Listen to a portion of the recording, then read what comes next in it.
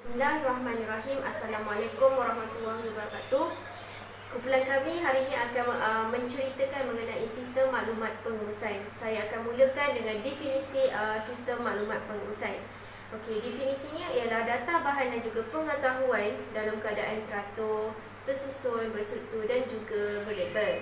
Individu yang cekap tu dia kena dia kena kenal pastilah apa maklumat yang kita perlu dan juga macam mana kita nak akses, mendapatkan semula nilai dan juga susun dan menggunakan maklumat tersebut. Proses mengumpul maklumat ini dia kenalah berterusan sehingga sepanjang hayat.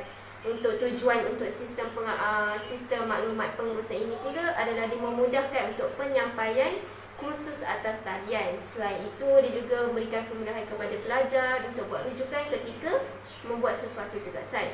Yang ketiga, pelajar juga dia mudahlah untuk buat pengumuman yang penting yang perlu diuar-uarkan.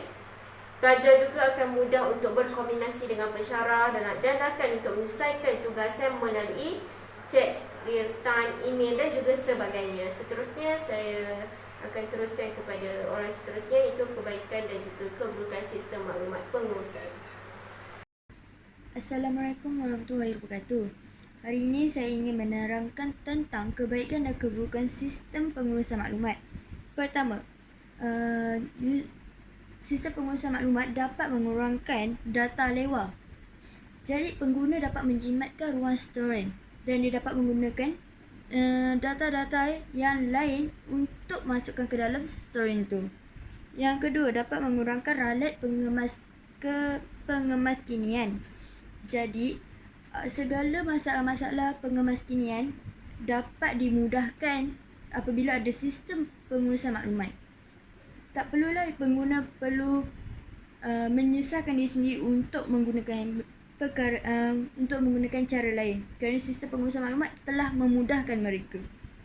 Yang ketiga, dapat meningkatkan capaian data kepada pengguna.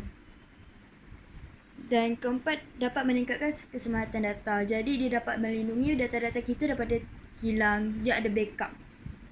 Yang kelima, dapat mengurangkan kos kemasukan data, kos storan dan kos dapat semula.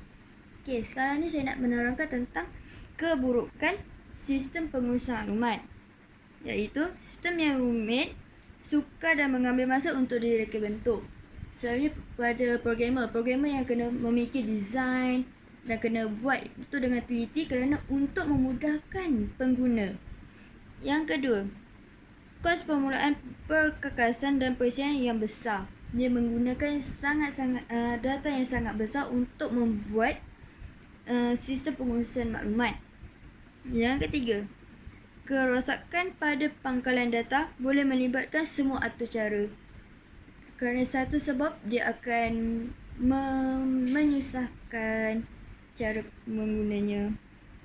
Yang keempat, kos penukaran yang tinggi daripada sistem berasaskan fail kepada sistem IPD. Yang kelima, latihan awal diperlukan untuk semua pengatur cara dan pengguna.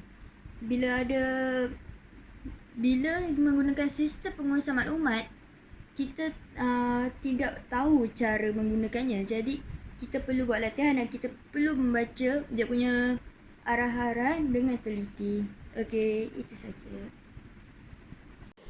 Nama diberi Os Asil Fikri bin Os Nutika. Saya akan membentangkan tentang ciri-ciri sistem maklumat pengurusan. Beberapa sistem maklumat berlainan boleh wujud dalam satu organisasi. Ia bermaksud lebih daripada satu sistem maklumat boleh ada di dalam satu organisasi itu. Yang kedua, sistem-sistem maklumat disambungkan dengan rangkaian elektronik. Seterusnya, sistem maklumat antara organisasi, itu nama dia, melibatkan arus maklumat dalam dua atau lebih organisasi dan digunakan terutamanya dalam aplikasi e-business. Dan yang terakhirnya ialah sistem maklumat antara organisasi mengandungi perkakasan dan komputer sama ada banyak ataupun sedikit yang disambungkan dengan pelbagai jenis rangkaian seperti Visual Private Network yang pertama, intranet dan juga internet. Ia juga mengandungi perisian, pangkalan data dan prosedur.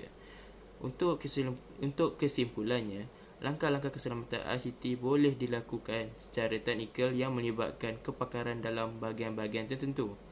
Seterusnya, sifat atau sikap pengguna itu sendiri dapat mempengaruhi dan merupakan satu ancaman besar kepada keselamatan data.